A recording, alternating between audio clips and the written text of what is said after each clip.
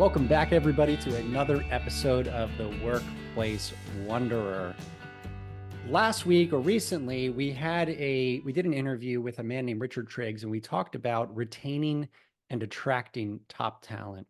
Today, we're going to stay along the same vein of retaining team members and also knowing when to let go of those team members and kind of dealing with some of the interactions that may occur when we're talking about what to do with our team members when they want to leave. How do we keep them there? How do we have those weird, difficult conversations? And also knowing when to let them go so that they can grow in their lives and in their careers.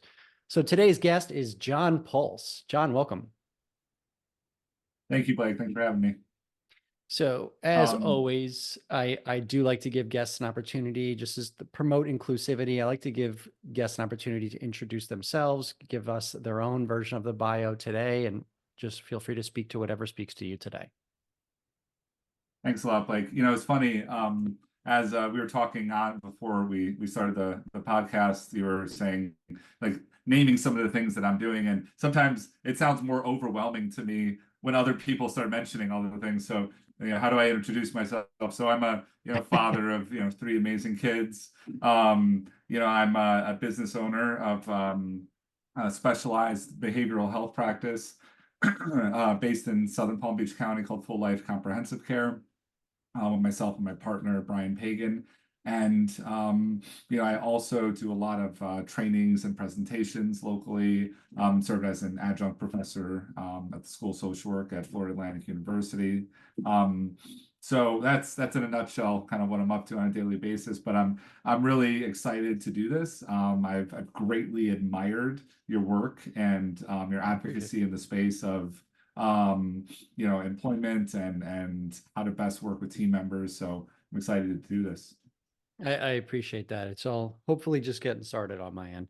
But you've done a lot. I can only imagine how exhausted you must feel when you're being introduced for one of your speaking events and they read your bio beforehand and you just go, "Holy crap, I did all that." That's a lot.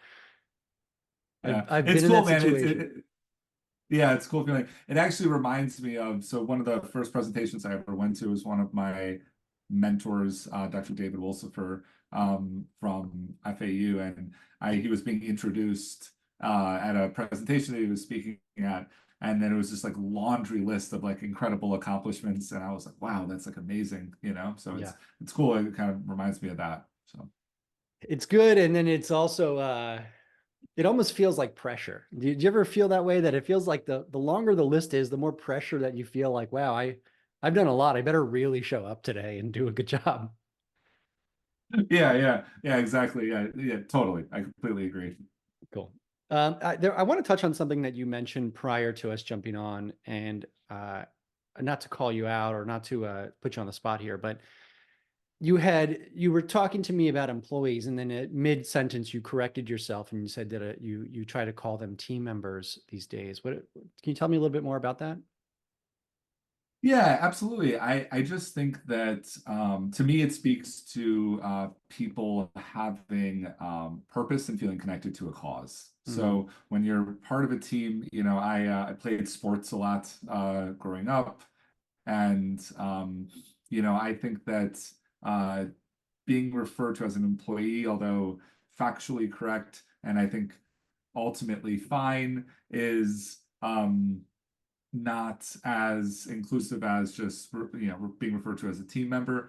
However, you want to, if you're referring to somebody as a team member, you want to make sure that the environment of the team has actually been created and it's not sure. just a phrase, right? And that part of the team being a team member is you're connected to a common purpose and goal, and you feel invested in it, just like you would in a sports team or some other type of team. Okay, that makes a lot of sense. I I've felt that way for quite a while as well, and I appreciated hearing you say that. I remember a few times being called boss or being introduced as saying this is my boss, it always made me cringe, and I'd always correct right there on the spot, like no, I'm on your team. Like this, it doesn't feel right, Yeah. but I do appreciate the reasoning behind it, and of like giving people that sense of purpose where they feel like they belong, they can contribute, be collaborative. and have a little bit of freedom to know that they're doing their part as their part in a much bigger picture. Absolutely. So one of the interesting things, so how long have you worked in the mental health or behavioral health field? Oh man. So my first, I always consider my first job actually as a halfway house manager, live-in halfway house manager, and in early 2013. Yeah. And so it's been about 11 years and some change that I've worked in the, behavioral health space, and all different types of roles from house manager, behavioral health tech, case manager, recovery coach, therapist, um, clinical director of a case management program, and now in private practice as well. So it's been about 11 years in various different roles. So you've really grown up professionally in this industry. Yeah, absolutely. I mean, I was 23, my first job in the space, and so and I just kind of continued. So Wow. Yeah, I started yeah. about 11 years ago as well. Same thing.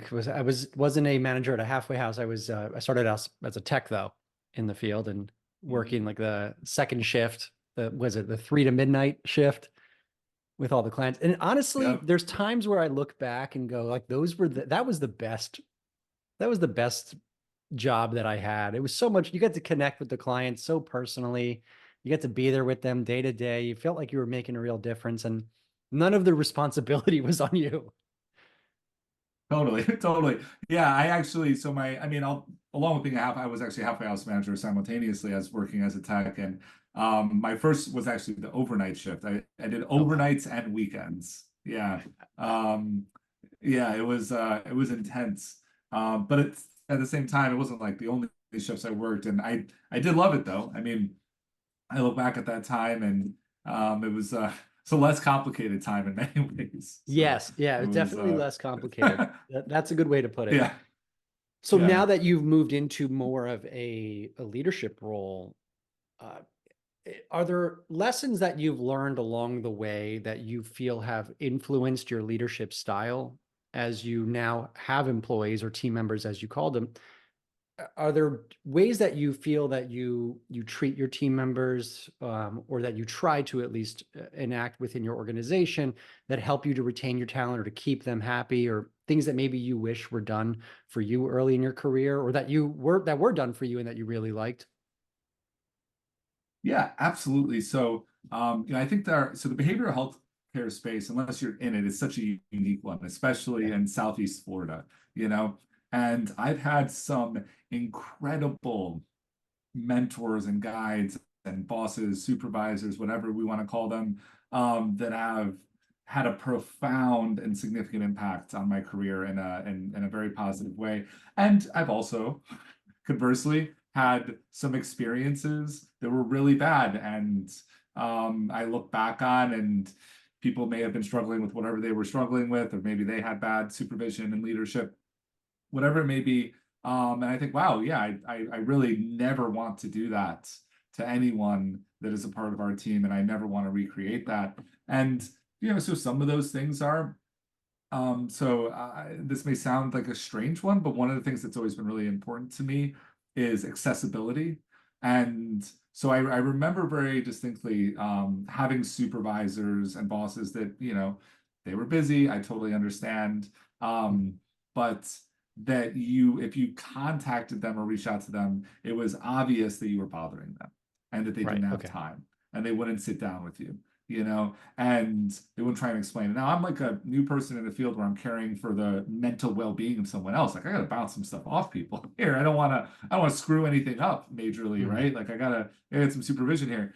And so, but the folks that were like did provide a lot of guidance. So for me, accessibility is big. And that doesn't need to mean that I need to respond to every single text message immediately or every single phone call, but that I do make time for people and genuinely like listen and provide support to our team members. And the other piece is um, allowing people to have some sense of autonomy. Okay. There's this great book. Uh, I don't know if you ever read it. But it's got Lincoln on Leadership, I think is what it's called, something to that Mhm. effect. But it was about how it's a lot about how Abraham Lincoln like created his leadership team and what he would do, and he would find really good people and mostly let them do whatever they were good at, and then took a step back, and then only in significant situations where it was like, hey, like this could go really badly, he would step in and kind of pull the reins, Okay. right? Or provide some feedback, and so I try as much as possible, and I think most of my team members would, our team members would agree with this, is that we allow people to have a lot of autonomy, and then if there are certain situations where leadership needs to step in, correct, or adjust, then we can do that. So autonomy is big. And the other piece is that, and I think this is how maybe a good segue to what we're going to talk about today, is you know, uh, freedom to make decisions that are best for them, right? Mm. And those and freedom to make decisions like leaving a company if it's Yeah. not what's best, and seeking out other options. And I think that's really important too.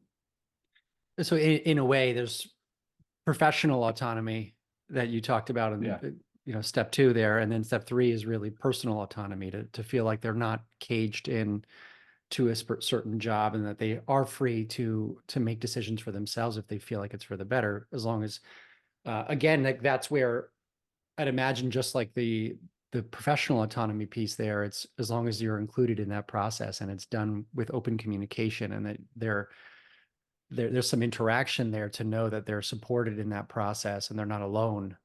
I think I always like to look at it autonomy as autonomy works really well if there's a framework that they're working within. So as long as Yes, they know that there's absolutely. kind of border and boundary walls that they're going to hit if they go too far with certain things, or there's going to be some conversations that have to be had, or there's some guidelines to follow, autonomy is really it's the best way to go. I love that Lincoln had such great foresight, because that's such an uncommon leadership style to have way back then, Mhm. at least Yeah, according to the yeah. history books. I mean, I'm making Sure, an assumption sure. there, but No, no, it's correct. I mean, and that's actually spoken about in the book, how it was very unusual back then. It was much like people that were in higher up positions, certainly Lincoln, it was much more like a totalitarian approach, right? It's like sure. you do this and only this, if you mess, So, but yeah, I agree. Actually, I love the way that you frame that autonomy within a set of boundaries, if, for lack of a better word, and Yeah. it still, creates some direction. So I think that's great. Yeah, I think that's the way to go. I mean, we hire talent as employers, or managers or whomever. We hire talent because they're talented and they have certain abilities that they bring to the table. So who are we to bring them on and then say, you're going to act this way exactly? It's really about saying, hey, this is what our mission is. This is what the company does. These are our specific operational duties that we require as being here. You fill in the blanks. You do your thing. Be Hmm. yourself. And then if you start to go outside of those range, which most of the time, most employees end up pushing those boundaries, not intentionally or not trying to do any damage. It's just people need to test boundaries, and then that's where they have to know that they have a leader who's involved, who cares, to say, hey, that's actually you're going a little bit too far there, or we don't do it this way, we like to do it this way, can we talk about how you did that? I think Hmm. it's a beautiful thing. Also, that autonomy, I believe, inspires growth within the organization as well. So when we let employees do their own thing, it actually may give us good ideas as an organization and as a leader to say, hey, I really like that, let's do that.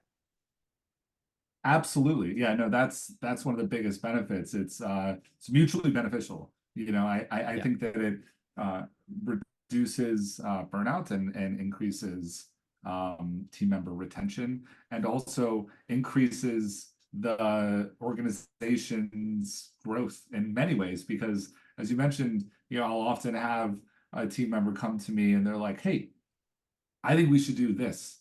And I'm like, wow, I never would have thought of that. That's a great Yeah. idea.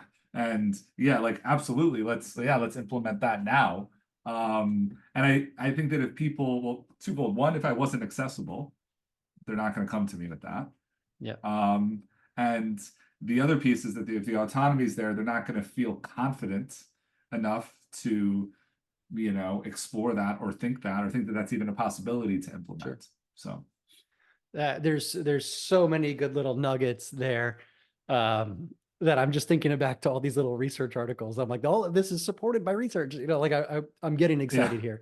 But no, this yeah, is great, and I love the accessibility piece. To me, goes back to simply caring as a leader, that you care enough about your employee well-being, your employees' well-being, and you care enough about the business to know that the people that are essentially running your business are are happy, and that if they have the support that they need, and that if they feel like their leader is accessible, they know that they feel safe. They will feel safer doing what they're doing, and it's really it's an important piece. I think that caring, really everything that you're saying is sort of a speaks to the need for leaders or for managers, bosses, whatever you want to call them, to really do some of that ego removal, and to realize how much, once you're in a leader position, which is something that a lot of people vie for, and it's not for everybody, but a lot of people are going and shooting in their careers so they can move up the ranks. And they don't realize the more you move up the ranks, the less it's about you and the more it's about the people below you. right. Yeah, absolutely, absolutely. And I think that, um, look, I'm not advocating for this, especially these days, this mindset of constant availability. But what I am suggesting is that regardless of listen, I get it, we're all busy, like, Mhm. right? That's the thing. I think regardless of how busy you are, you can make time to sit down and talk with somebody who either has some concerns, could be a case concern, client concern, could be a personal thing that they just need to like explain why they need to pivot in some way, just to make the time. Maybe they want to make the time to ask you for more money, right? Whatever it is, but just make the time. Right. And the one way to make people feel incredibly unvalued is to constantly push them off and say, "I'll talk to you this day. I'll talk to you this day," and then not make yourself accessible. Yeah. It seems like such a benign thing to do, to say, hey, I can't talk today. I can't talk. I can't talk. Or not answering an email seems so Yeah. benign. But in reality, it builds up and it has a pretty big impact. Sure, yeah. And no one's perfect at this, and so and again, I'm not advocating for constant Yeah, availability, but I think there's a balance here where you should still be accessible to people that work on your team. I agree. Even an acknowledgement of, hey, I'm really busy right now. I got your text. We'll talk about it later. Or can you reach out to this person and they'll talk to you about it? Just at least giving someone a direction.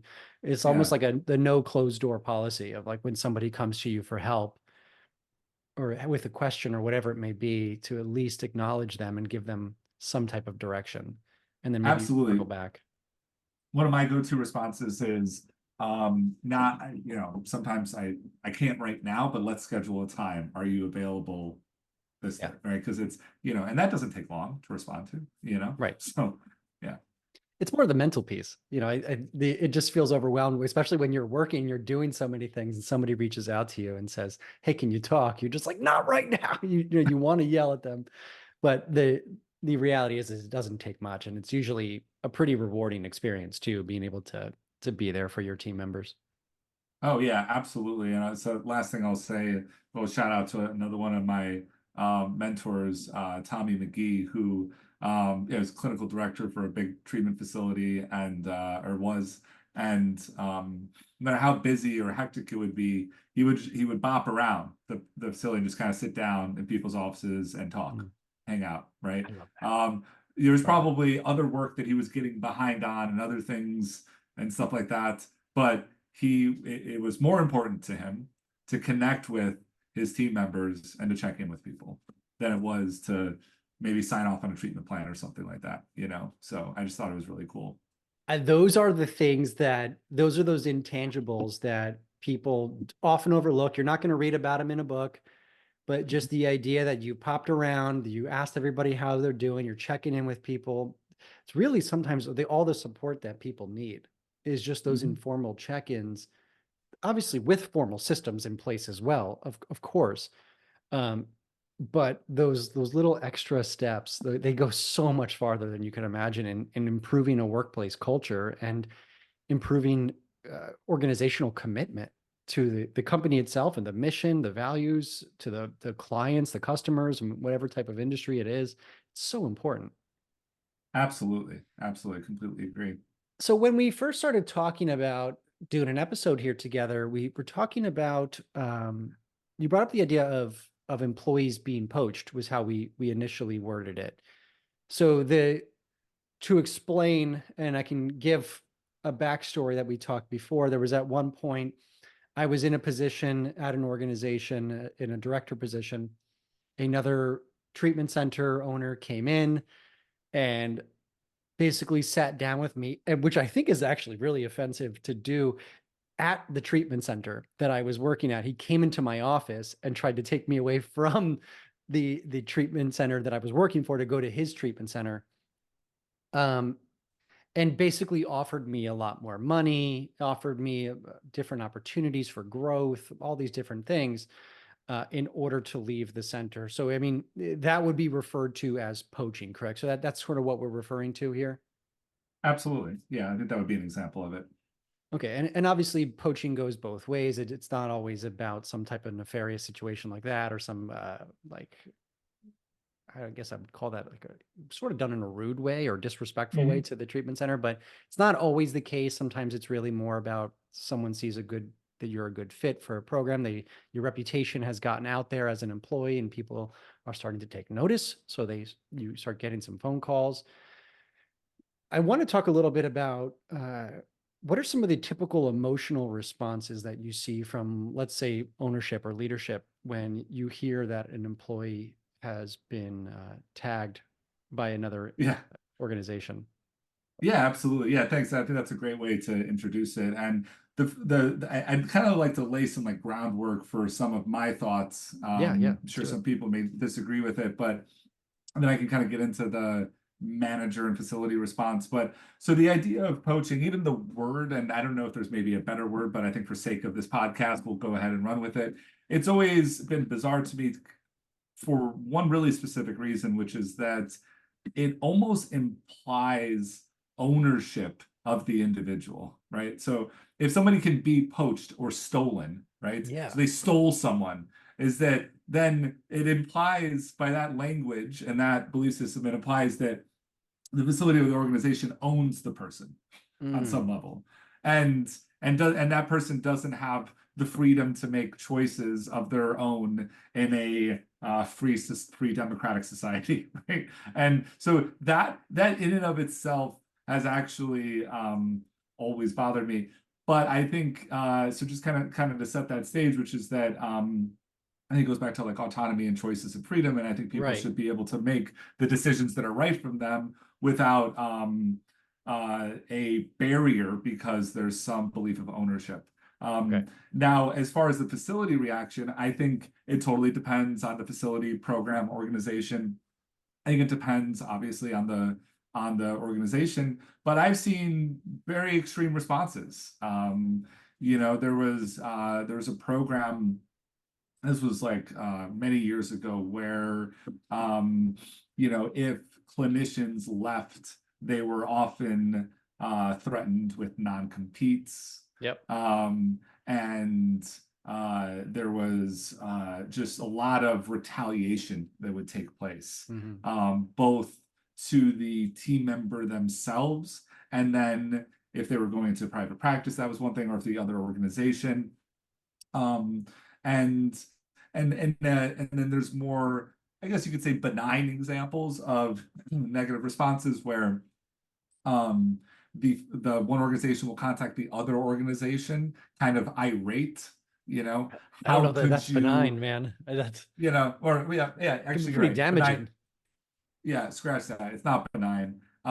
Thank you for correcting that. And I guess perhaps more benign than threatening to sue someone, but nevertheless, not True, okay. true. Well, you could end up the person could end up uh, without a job at either company then. yeah, right. And neither company. Yeah, exactly. That's a good point.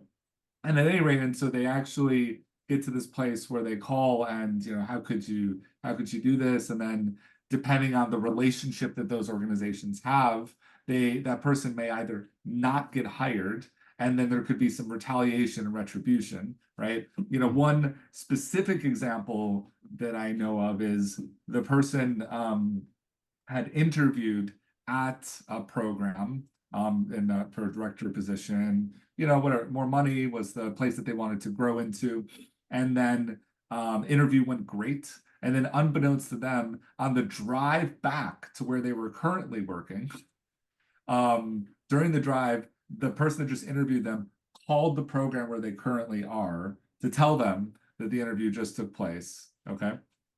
And yeah, Gosh, and then it's horrible. and it ended up right. It ended up working out fine. The person ended up getting countered at the facility that they were at, and they stayed. But I think it's just an example of there's this culture of, don't touch our team members, don't interview them, don't give them a chance, and then put like some real barriers. And I think I mentioned to you before we started, where there's been examples of programs and organizations having agreements that they will never hire or interview other people, right? Right. And and to me, this is like they're missing the point here.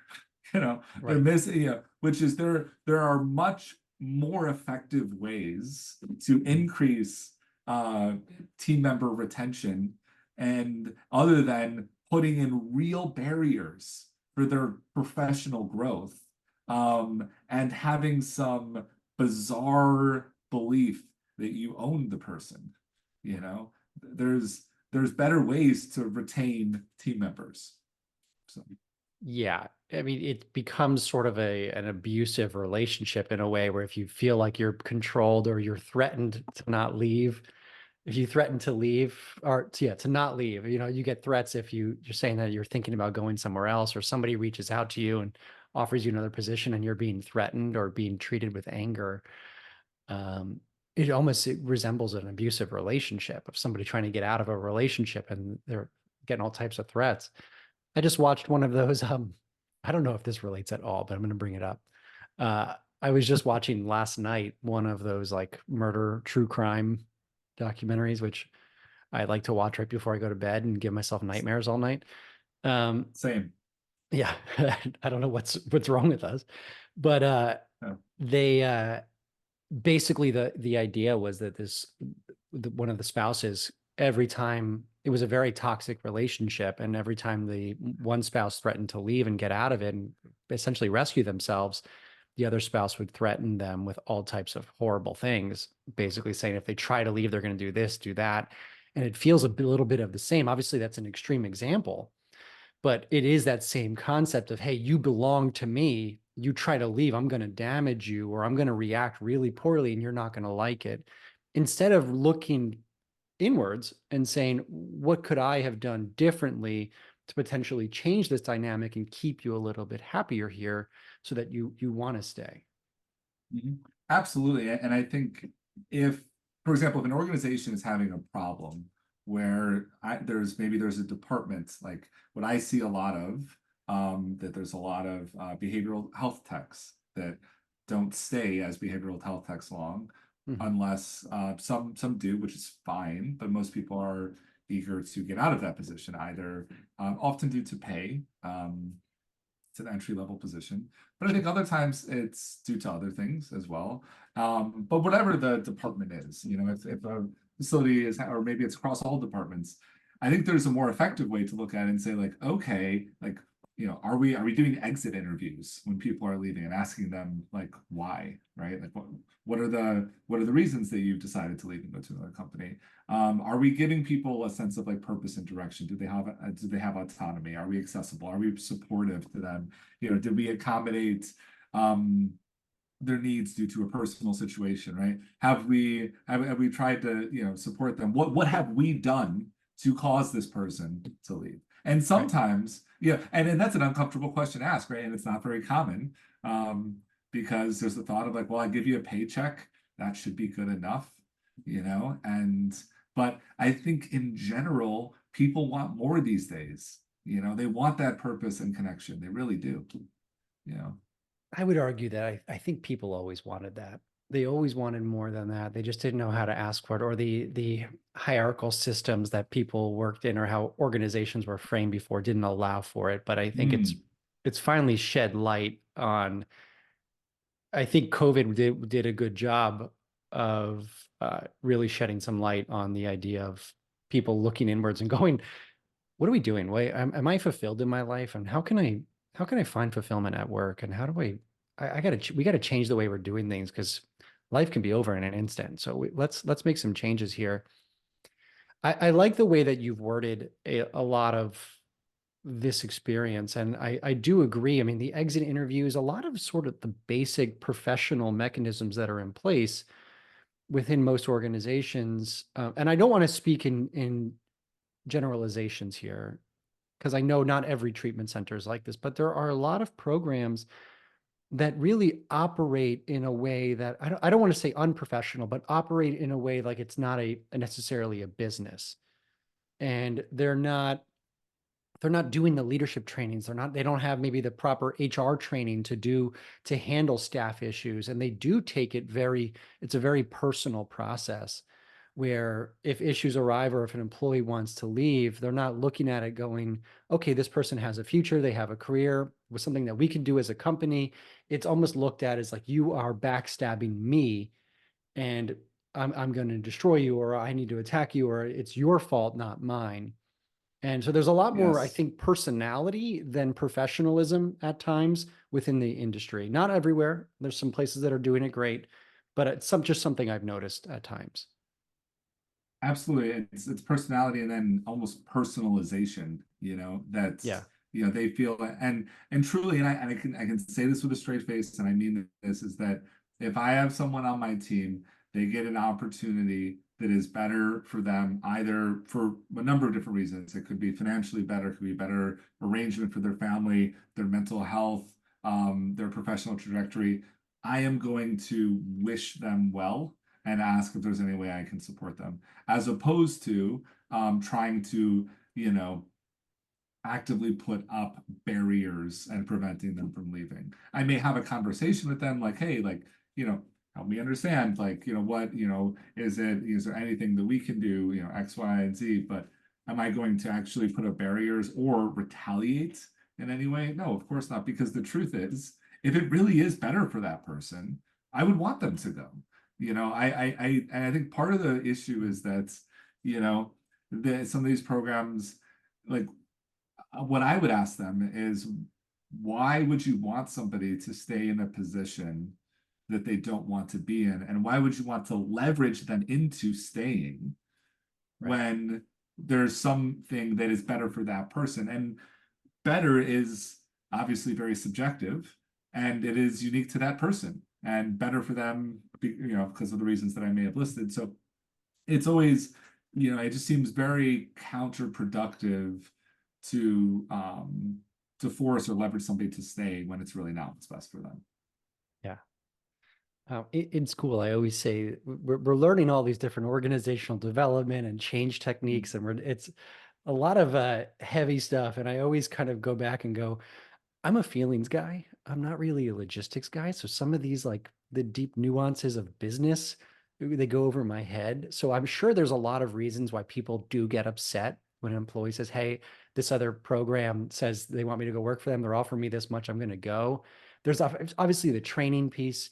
You got to train, you got Mhm. to rehire, you got to train, you got to assimilate somebody to your culture, you got to do recruiting. There's a lot that goes into it business wise.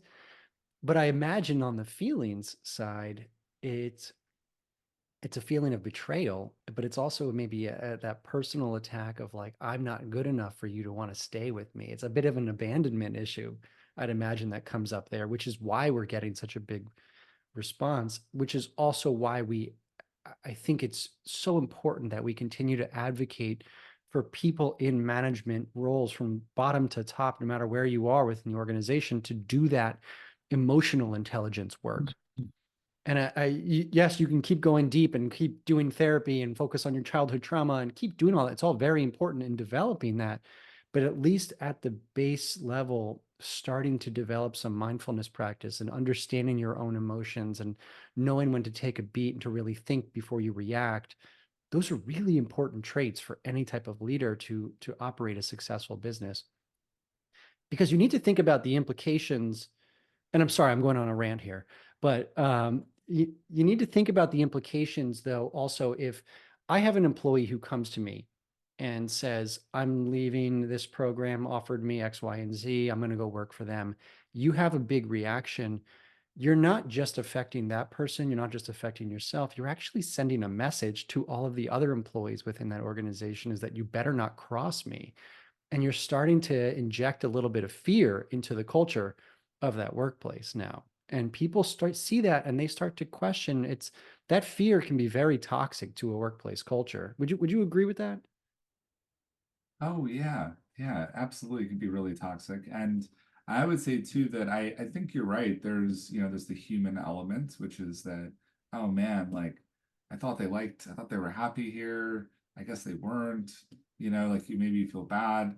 And I guess what really depends is like, what do you do with that information? So Right. maybe they weren't, you know. Um, and I think what you can either again look at internal systems in organization. You can go to therapy and maybe work through some abandonment stuff that maybe is unresolved, Yeah, yeah. some different options. um but what you should not do there's one thing you definitely shouldn't do, which is to retaliate against that person or try to prevent them from leaving or create a place that is like hostile and uncomfortable. Because what that does is you create that fear about anything.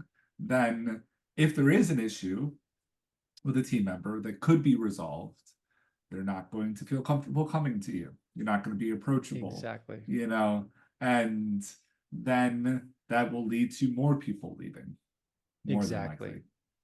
You're there's an inherent weird human thing that we have an aversion to being controlled. And I would say that that's probably amplified within the especially the addiction treatment field. A lot of us don't like to be put into boxes. Um, we like to have our freedoms, and we have issues with authority. I'm not generalizing, but come on. Um, Yeah. and I think the idea that we see that type of reaction from an employer to another employee, all of a sudden we realize that like maybe we're in a high control situation, and you start to get uncomfortable, and we start to rebel against it and start to look for other opportunities. And I think you're right. There's the betrayal piece that I mentioned as well, but there's also the failure piece. I think is what you brought up of it may feel like a failure, like we failed as an employer when somebody wants to leave us. At the end, though, too, what you brought up, the accessibility uh, that was brought up at the beginning of this, um, and the autonomy and everything that you said really applies to all the situation because in the end, it also may have nothing to do with you as an employer that somebody wants to leave. And but having that access and that open flow of communication and taking an opportunity to have a conversation of, okay, I understand that you feel this way. What is motivating you to want to leave? Or is there something that we could have done differently? Asking those questions in an earnest way can really alleviate a lot of those emotions that we're most likely making up in our head. Hmm. Oh yeah, yeah, yeah, absolutely. No, I completely agree. And really just like focusing on and again, there's the human part, which is totally normal, but then focusing on like, okay, how can I do this better next time? And so self-reflecting is hard, Yes. especially when comes into, I mean, anybody self-reflecting and looking at what you could have done better is absolutely true. And yeah, people don't want to be controlled. I think that's just inherent. But I agree with you wholeheartedly that I think it's more profound in the addiction space for sure. I agree. Yeah. Well, I think we touched on a lot of great topics here, and I like how you were able to weave in the idea of being poached, but really moving it more towards retention. So an employer, an organization responds to somebody wanting to leave their organization. really works to help with retention. And so, I mean, if they respond to it well, people are going to feel safer in the culture and they may actually want to stay longer. If they respond to it poorly, it could lead to some issues down the road. So I appreciate the way that you tied that bow and brought it all together for us. Where can people find you? I'd love for you to give you an opportunity Absolutely. So to what do they call it? My brain's not working right now. To plug yourself. Go ahead and plug yourself. Well, that sounds yeah, weird. yeah, But absolutely. Yeah. That's okay. Yeah, I know we talked about things we can edit out. I'd like to keep that though. I'd like to say trust me, I will. I keep in almost every blooper uh, or mistake that I make. yeah, Believe me, it's always in there. yeah. The plugging yourself, we should definitely keep. Yeah. Okay. Let's All right. retry So this. Where can people find you professionally? And if you would like to yes, plug your website, please go ahead and do that. sure. Yeah, ab absolutely. Um, so again, you can, if you Google me, John Puls, various organizations will come up. But if you look up Full Life Comprehensive Care, and again, that's Full Life Comprehensive Care, you can call our main line directly, and that'll be the easiest way to reach me, professionally, and you kind of check out the various things we got going on. Awesome. Awesome. Well, thank you so much for joining me Yeah. today. I appreciate this conversation. I think it was great. I really think there was a lot of good Yeah. information in there. And I mean, really what we're asking people to do is to pause before you react, or self-reflect, and to take some time to understand your team members a little bit better before we make some assumptions and respond or react inappropriately. So I Absolutely. appreciate what we pulled from this. So thank you everybody who's listened today. And if you have enjoyed this episode, please leave us 5 stars on wherever you're listening to your podcast. If you didn't enjoy this episode, just keep moving. You don't have to leave me a 1-star review. That does nothing for me. So you could send me an email with some feedback. But in terms of the algorithm, those 1-star reviews don't help. And if you're watching this on YouTube, do me a favor, hit the like button, subscribe, and leave a comment. I would love for you to comment one thing that you've learned from this episode. So thank you, everybody. John, thank you again for joining me, and we will see you all later. Yeah. Thanks for having me.